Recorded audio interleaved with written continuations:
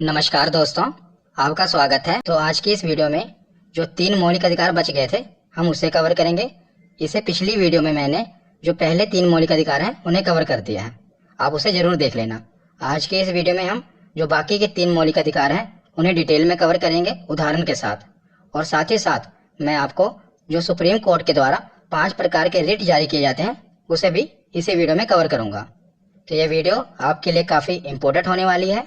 चलिए बिना देरी किए हुए वीडियो को शुरू करते हैं। तो चलिए वीडियो की शुरुआत करते हैं और सबसे पहले देखते हैं कि चौथा मौलिक अधिकार कौन सा है। तो चौथा मौलिक अधिकार है धार्मिक स्वतंत्रता का अधिकार और इसका वर्णन अनुच्छेद 25 से लेकर 28 तक है। तो सबसे पहले हम अनुच्छेद 25 देखते हैं। अनुच्छेद 25 में क्या है? अंतःकरण की, धार्मिक रीति रिवाज मनाने की और धर्म का प्रचार प्रसार करने की स्वतंत्रता। तो इसके अंतर्गत कोई भी व्यक्ति किसी भी धर्म को मान सकता है, उसके रीति रिवाज को मान सकता है और धर्म का प्रचार प्रसार भी कर सकता है। तो इसकी स्वतंत्रता हमें अनुच्छेद 25 के तहत मिलती है। आप देखते होंगे कि मुहर्रम के अवसर पर मुसलमान ताजिया निकालते हैं, उसी प्रकार हिंदू शोभा यात्रा, रथ यात्रा निकालते हैं। तो उन्हें अपने रीति रिवाज को मनाने की, धर्म का प्रचार प्रसार करने की स्वतंत्रता किसके अंतर्गत है? तो अनुच्छेद 25 के अंतर्गत है। ये स्वतंत्रता आपसे कोई भी नहीं छीन सकता, कोई भी अधिकारी इसके खिलाफ आपसे 2-5 नहीं कर सकता। ये स्वतंत्रता आपको संविधान के द्वारा मौलिक अधिकार में दी गई है। तो उसके बाद अब हम देखते हैं अनुच्छेद 26। अनुच्छेद 26 में क्या है? धार्मिक कार्यों के प्रबंध की स्वतंत्रता। इसके अंतर्गत कोई भी व्यक्ति अपने धर्म के लिए संस्थाओं की स्थापना, कानूनी रूप से धार्मिक संपत्ति का अर्जन, स्वामित्व व प्रशासन करने का अधिकार है। तो अनुच्छेद 26 ही ये हमें अधिकार देता है कि हम किसी भी धर्म की संस्था का निर्माण करवा सकते हैं, जैसे कि मंदिर का निर्माण करवा सकते हैं, मस्जिद का निर्माण करवा सकते हैं, गिरजाघर का निर्माण करवा सकते हैं या गुरुद्वारे का निर्माण करवा सकते हैं। तो हम किसी भी धार्मिक संस्था का निर्माण करवा सकते हैं। ये अनुच्छेद 26 द्वारा हमें मौलिक अधिकार है। और उसी के साथ साथ इसमें लिखा है कि कानूनी रूप से धार्मिक संपत्ति का अर्जन। तो जैसे कि आप मंदिर में जाते होंगे तो वहां पर दान पेटी होती होगी और उस पर लिखा होता है कि कृपया दान इसी में डालें।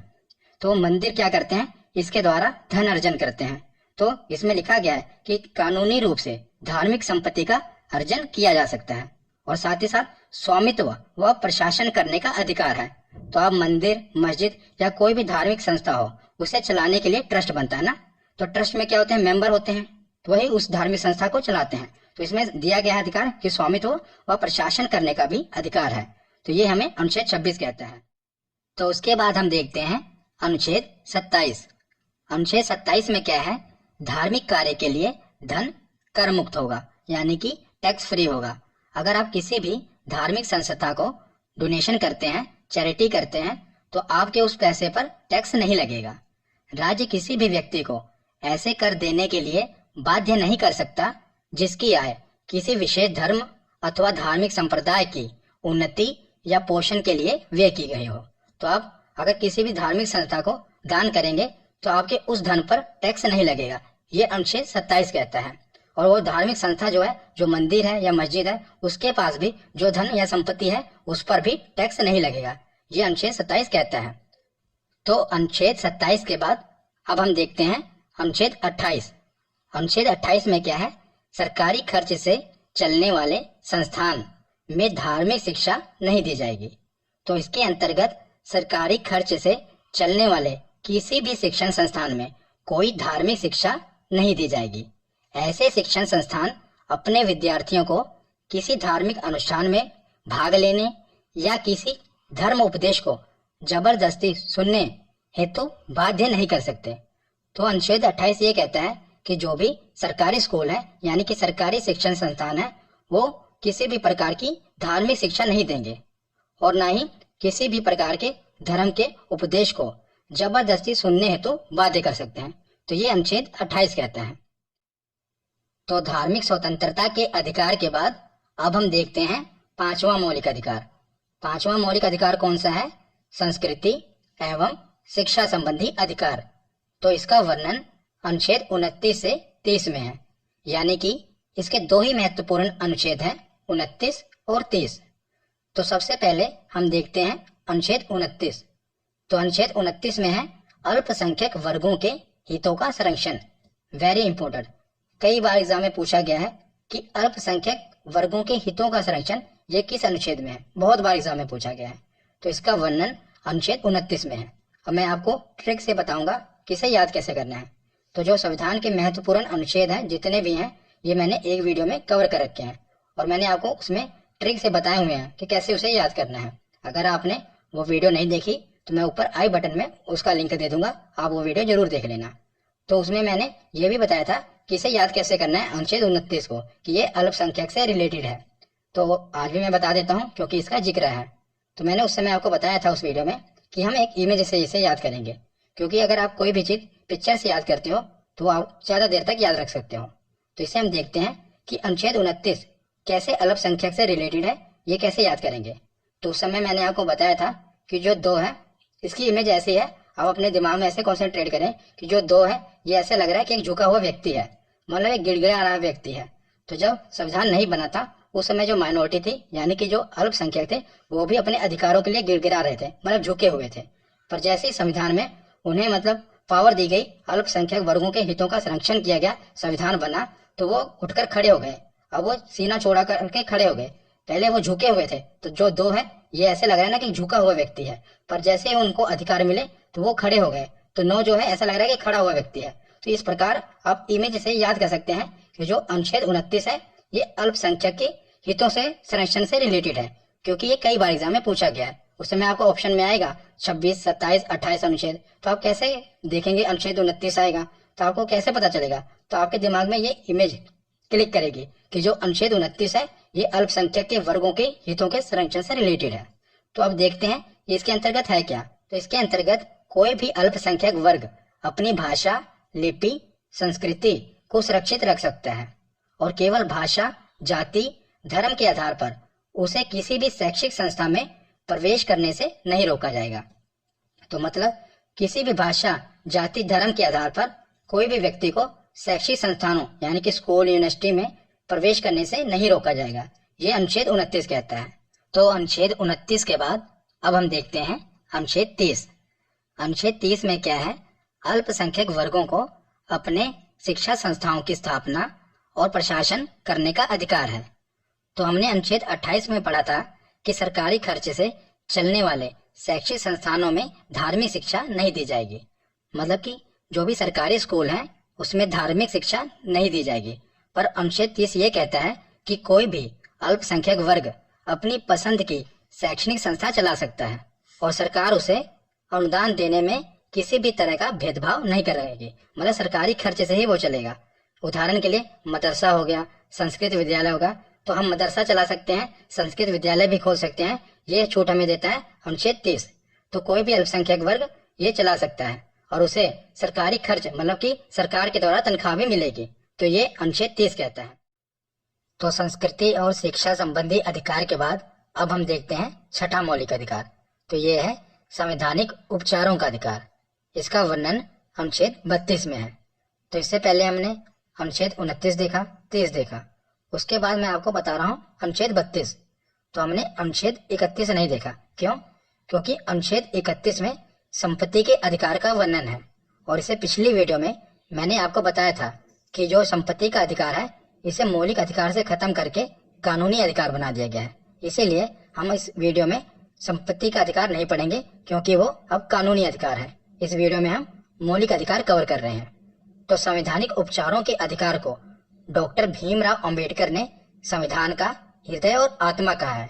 तो कई बार एग्जाम में पूछा जाता है कि संविधान का हृदय और आत्मा किस अनुच्छेद को कहा जाता है? तो अनुच्छेद 32 को संविधान का हृदय और आत्मा कहा जाता है। Heart and soul of Indian constitution article 32 को कहते हैं। इसे मूल अधिकारों का संरक्षक कहा जाता है, क्योंकि अगर आपके मौलिक अधिकारों का हनन होता है तो आप सीधा डायरेक्ट सुप्रीम कोर्ट जा सकते हैं। वैसे आप किसी भी केस में डायरेक्ट सुप्रीम कोर्ट नहीं जा सकते, पहले आप डिस्ट्रिक्ट कोर्ट जाएंगे, फिर हाई कोर्ट जाएंगे, फिर सुप्रीम कोर्ट जाएंगे। पर अगर आपके मौलिक अधिकारों का हनन होता है तो अनुच्छेद 32 के तहत आप सीधा ही सुप्रीम कोर्ट जा सकते हैं। इसीलिए इसे संविधान का हृदय और आत्मा कहा गया है। सुप्रीम कोर्ट व्यक्ति के मूल अधिकारों को सुरक्षित करने के लिए रिट जारी करता है।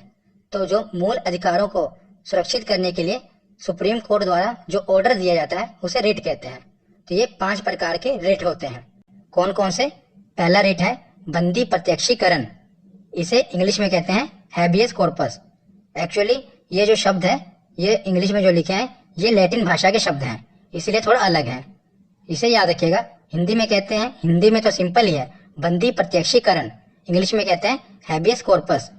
दूसरा है परमा आदेश, जिसे इंग्लिश में कहते हैं मैंडमस। तीसरा है अधिकार परीक्षा, इसे इंग्लिश में कहते हैं को वारंटो। चौथा रिट है प्रतिषेध, जिसे इंग्लिश में कहते हैं प्रोहिबिशन। और 5वां है उत्प्रेषण, इसे इंग्लिश में कहते हैं सर्च्योरेरी। तो ये 5 रिट हैं। उसके बाद अब हम इन्हें डिटेल में पढ़ते हैं। अब मैं आपको सुप्रीम कोर्ट द्वारा जारी किए जाने वाले 5 प्रकार के रिट को डिटेल में बताऊंगा। काफी इंपॉर्टेंट है, कई बार एग्जाम में पूछे गए हैं, इसीलिए ध्यान से सुनिएगा। सबसे पहला है बंदी प्रत्यक्षीकरण, जिसे इंग्लिश में कहते हैं हैबियस कॉर्पस, जिसका मतलब है शरीर को प्रस्तुत करना। तो ये क्यों कहते हैं इसे, ये मैं आपको आगे बताऊंगा।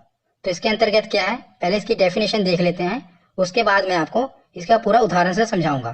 तो जब किसी व्यक्ति को यह लगता है कि उसे अवैध रूप से जेल में रखा गया है, तब सुप्रीम कोर्ट हिरासत में लेने वाले अधिकारी को आदेश देता है कि वह जेल में रखे गए व्यक्ति को निश्चित स्थान और निश्चित समय के अंदर उपस्थित करे, अन्यथा हिरासत में लेने वाले अधिकारी पर कार्यवाही होगी। मान लीजिए आपको पुलिस ने गिरफ्तार किया और आपको जेल में बंद कर दिया। तो इससे पिछली वीडियो में मैंने आपको बताया था कि अनुच्छेद 22 के तहत आपको ये अधिकार है कि आप उसे हिरासत में लेने का कारण पूछ सकते हैं, और जब उसने आपको जेल में बंद कर दिया उसके 24 घंटे के अंदर उसे आपको जज के सामने पेश करना ही पड़ेगा। ये आपका अधिकार है कि मान लीजिए पुलिस ने आपको गिरफ्तार किया और जेल के अंदर डाल दिया, तो उसके 24 घंटे के अंदर पुलिस को आपको जज के सामने पेश करना ही पड़ेगा। मान लीजिए पुलिस ने ऐसा नहीं किया, आपको 3 दिन तक उसने जेल में बंद किया हुआ है, तो अब आप क्या करेंगे, आप अपना वकील भेजेंगे। तो आपका वकील जाएगा सुप्रीम कोर्ट का ऑर्डर लेने के लिए। तो सुप्रीम कोर्ट को वो बताएगा कि मेरे क्लाइंट को पुलिस वाले ने इस फलाना थाने में 3 दिन से बंद किया हुआ है, जबकि कानून ये कहता है, अनुच्छेद 22 ये कहता है कि 24 घंटे के अंदर उसे जज के सामने पेश करना पड़ेगा, पर पुलिस वाले ने ऐसा नहीं किया। तो सुप्रीम कोर्ट का जज क्या कहेगा, वो सीधा ही रिट जारी कर देगा, मतलब कि ऑर्डर जारी कर देगा बंदी प्रत्यक्षीकरण के तहत, मतलब कि हैबियस कॉर्पस के तहत। और ये रिट जारी करेगा कि तुरंत उस व्यक्ति को छोड़ा जाए और मेरे सामने पेश किया जाए, क्योंकि 24 घंटे के अंदर पेश करना होता है ना। ऐसे डेफिनेशन में लिखा गया था कि व्यक्ति को निश्चित स्थान और निश्चित समय के अंदर उपस्थित करें, अन्यथा हिरासत में लेने वाले अधिकारी पर कार्यवाही होगी, अन्यथा आप पर कार्यवाही की जाएगी। तो उस पुलिस को क्या करना पड़ेगा, उस व्यक्ति को छोड़ना पड़ेगा। अगर उसने कोई जुर्म नहीं किया है तो उसे छोड़ना पड़ेगा, क्योंकि अगर जबरदस्ती उसने गिरफ्तार किया है तो उसे छोड़ना पड़ेगा, क्योंकि जो आपका लॉयर है, वकील है, वो ऑर्डर ले आएगा। अगर आपने कोई जुर्म किया है तो आपको 24 घंटे के अंदर उसे पेश करना था, पर उसने 3 दिन तक आपको पकड़ा हुआ है, पेश नहीं किया, अब उसे सीधा आपको पेश करना पड़ेगा, उसी वक्त तत्काल पेश करना पड़ेगा। तो ये है आपका अधिकार। तो दूसरा रिट है परम आदेश, जिसे इंग्लिश में कहते हैं मैंडमस। तो इसके अंदर क्या है, जब कोई सरकारी अधिकारी अपने सार्वजनिक कर्तव्य यानी कि पब्लिक ड्यूटी का निर्वाह नहीं करता, तब सुप्रीम कोर्ट उस पर रिट जारी कर सकता है और उसे अपने कर्तव्य का पालन करने का आदेश जारी करता है, अन्यथा उस पर सख्त कार्रवाई कर सकता है। मतलब कि जब कोई भी सरकारी कर्मचारी अपने कर्तव्य का पालन नहीं करता तो आप सुप्रीम कोर्ट जा सकते हैं और सुप्रीम कोर्ट उस पर रिट जारी कर सकता है, उसे अपने कर्तव्य का पालन करने का आदेश जारी करता है, अन्यथा उस पर कार्रवाई भी की जा सकती है। तो मैं अब आपको उदाहरण से समझाता हूँ।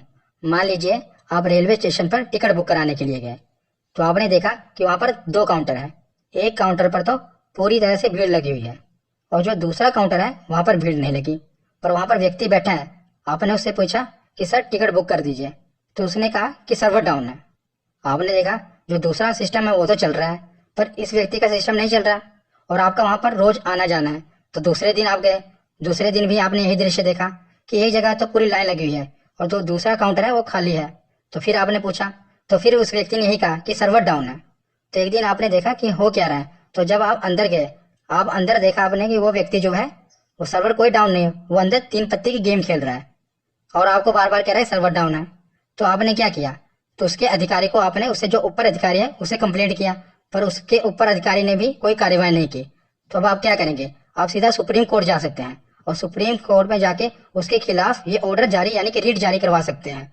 तो अब क्या करेगा सुप्रीम कोर्ट, क्योंकि वो एक पब्लिक ड्यूटी कर रहा है ना व्यक्ति, वो सरकारी नौकर है, तो वो अपने ड्यूटी का निर्वाह नहीं कर रहा है। याद रखिएगा जो परम आदेश है ये प्राइवेट पर नहीं लगेगा, ये सिर्फ सरकारी कर्मचारियों पर लगेगा, क्योंकि जो प्राइवेट ड्यूटी करते हैं वो तो आपको पता ही है कैसे काम करते हैं, पर जो सरकारी ड्यूटी करते हैं वही ऐसे ढीलाखानी काम करते हैं।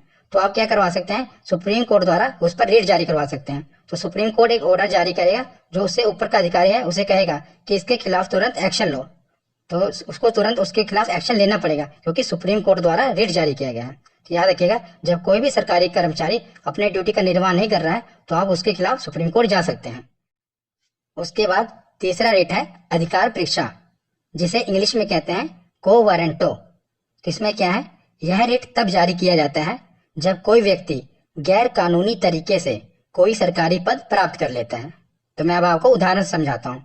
मान लीजिए आप सरकारी नौकरी की तैयारी कर रहे हैं और आपके पड़ोस में भी एक लड़का सरकारी नौकरी की तैयारी कर रहा है, और एक दिन क्या हुआ, उसने आपका दरवाजा खटखटाया और मिठाई का डब्बा लेकर आ गया।